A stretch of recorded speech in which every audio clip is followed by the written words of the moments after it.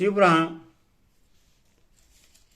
में वायव्य संहिता में भक्त करो आपको साधक संस्कार और मंत्र महात्मा का वर्णन के बारे में बताऊंगा। आप इसको ध्यान से सुनिए।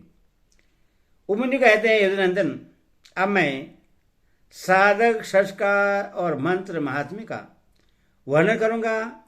इस बात की सूचना मैं पहले दे चुका हूं।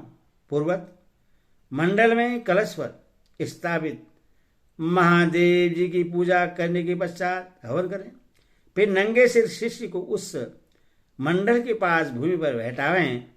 पूर्णाहुति होम पर्यटन सब कार्य पूर्वत करके मूल मंत्र से 100 आहुतियां दें।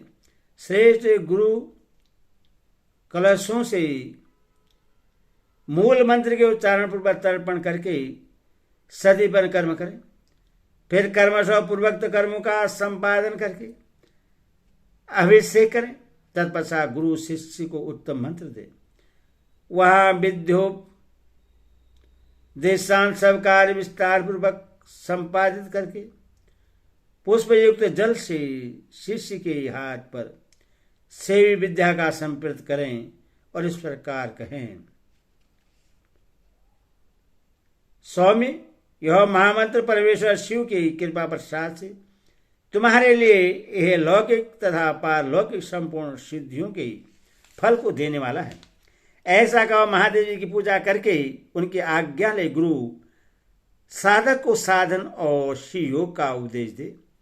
गुरु के उस उपदेश को सुनकर मंत्र साधक शिष्य उनके सामने ही विनियोग करके मंत्र साधन आरंभ करें। मूल मंत्र के साधन को पुनश्चरण कहते हैं, क्योंकि विनियोग नामक कर्म सबसे पहले आचरण में लाने योग्य है। यही पुनश्चरण शब्द की व्युत्पत्ति है।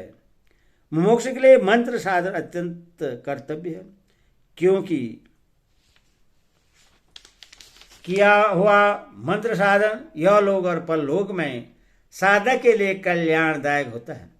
शुभ दिन और शुभ देश में निर्दोष समय में दांत और नख साफ करके अच्छी तरह स्नान करें और पूर्वाकालिक कृत्य पूर्ण करके यथा प्राप्त गंध पुष्पमाला तथा आभूषण से अलंकृत हो सिर पर पगड़ी रखें।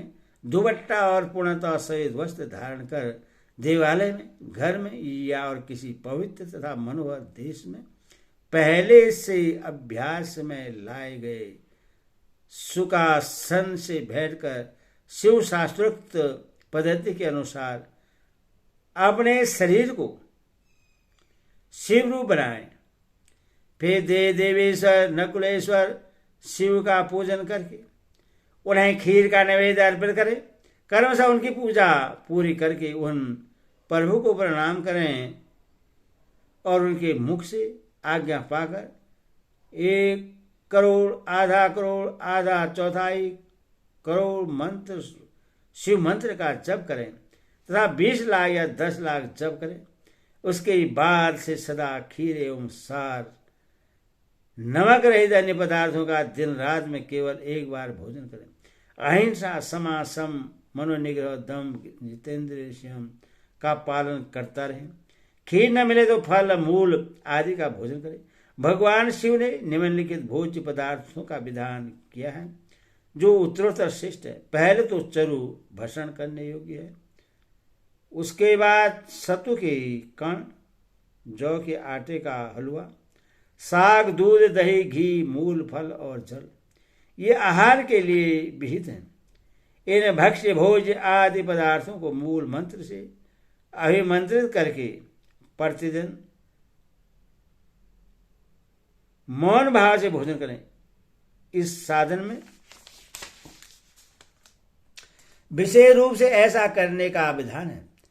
भर्ती को चाहिए कि 108 मंत्र से अभिमंत्रित किए हुए पवित्र जल से स्नान करके अथवा नद के जल को यथाशक्ति मंत्र जप के द्वारा अभिमंत्रित करके अपने शरीर का पोषण कर लें। प्रतिदिन तर्पण करें और शिवाग्नि में आहुति दें। हवन्य पदार्थों में 7, 5 या 3 द्रव्यों के मिश्रण से तैयार करें अथवा केवल घृत से ही आहुति दें। जो शिव भक्त साधक इस प्रकार भक्ति भाव से शिव की साधना या आराधना करता है उसके लिए यह लोक और परलोक में कुछ भी दुर्लभ नहीं है। अथवा प्रतिदिन बिना भोजन के एकाग्रचित हो एक सहस्त्र मंत्र का जप किया करें। मंत्र साधना के बिना भी तो ऐसा करता है उसके लिए न तो कुछ दुर्लभ है और न कहीं उसका अमंगल ही होता है। वह इस लोक में विद्या लक्ष्मी तथा सुख पाकर अंत में मोक्ष प्राप्त कर लेता है। साधक विनियोग तथा नित्य नैमित्तिक कर्मों में कर्मश जल से मंत्र से और भस्म से भी स्नान करके पवित्र शिखा बांध कर यज्ञोपवीत धारण कर कुश की पवित्र हाथ में लें, ललाट में त्रिपुंड लगाकर रुद्राक्ष की माला लिए पंचाक्षर मंत्र का जप करना चाहिए। ओम नमः शिवाय।